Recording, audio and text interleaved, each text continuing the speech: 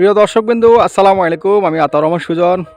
আমি এখন দাঁড়িয়ে আছি গাইবান্ধার গোবিন্দগঞ্জের বাগদা ফার্ম রোডে। এখানে আমার পিছনে আপনারা দেখতেছেন সারি সারি খেজুর গাছ। আসলে নওগাঁ গুগুডাঙ্গাতে যেমন দেখা যায় তাল গাছের সারিবদ্ধতা, সারি সারি তাল গাছের দৃশ্য, এই গাইবান্ধার গোবিন্দগঞ্জের বাগদা ফার্ম রোডটাও কিন্তু সারি সারি খেজুর গাছ দেখা যাচ্ছে। এই দৃশ্যটি অনেক সুন্দর। তো চলুন আমরা আপনাদেরকে চমৎকার একটি দৃশ্য দেখাই, সারি সারি খেজুর গাছের দৃশ্য।